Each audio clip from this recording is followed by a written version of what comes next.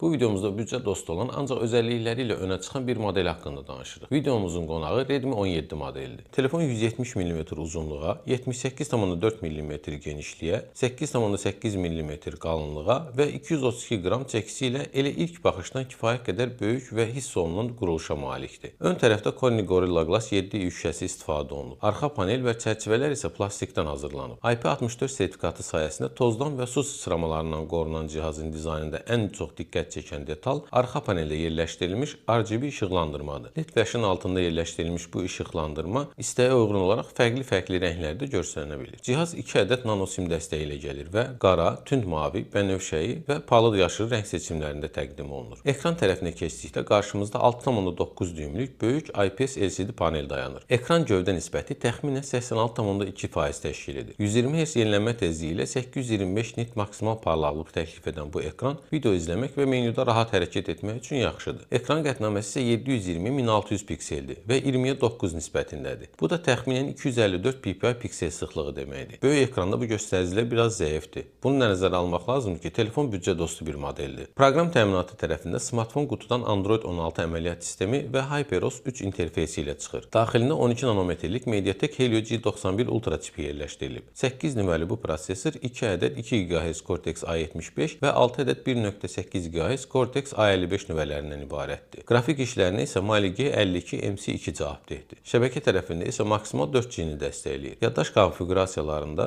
4, 6 GB RAM və 128, 256 GB variantları mövcuddur. Yaddaş texnologiyası eMCC 5.1-dir. Həmçinin paylaşılan sim yuvası vasitəsilə microSD kartı ilə yaddaşı artırmaq mümkündür. Kamera imkanlarına baxdıqda arxa tərəfdə 50 megapiksellik f1.8 diafraqmalı fazalı avtofokuslu əsas kamera və köməkçi obyektivdən ibarət ikili kamera sistemi yer alır. İşıqlandırma üçün LED flash və HDR funksiyaları mövcuddur. Ön tərəfdə isə 8 megapiksellik f2.1 selfie kamerası var. Həm ön, həm də arxa kameralar 1080p keyfiyyətində 30 kadr sürətli video çəkmə imkanına malikdir. Səs və digər qoşulma imkanları baxımından cihaz kifayət qədər zəngindir. İki tərəfli stereo dinamiklər və 3,5 mm-lik quraqlıq girişi saxlanılıb. Simsiz bağlantılarda isə AC dəstəkli Wi-Fi, Bluetooth 5.4 və NFC dəstəyi mövcuddur. Həmçinin LED modellərində çox gördüyümüz infraqırmızı port da bu telefonda qorunub saxlanılıb. Təhlükəsizlik üçün yan tərəfə inteqrasiya olunmuş barmaq izi skaneri də yerləşdirilib. Smartfonun ən böyük üstünlüyü şübhəsiz ki, onun bateriya tutumudur. Burada 7500 mAh tutumlu silikon karbon bateriya istifadə olunur. Cihaz 45 Watt simli sürətli şarjı dəstəkləyir və 96 dəqiqə tam 100% dolur. Ən diqqət çəkəni isə 22,5 Watt gücündə tərs simli şarj dəstəyidir ki, bu da telefonu digər cihazlar üçün güclü bir powerbank kimi istifadə etməyə imkan verir.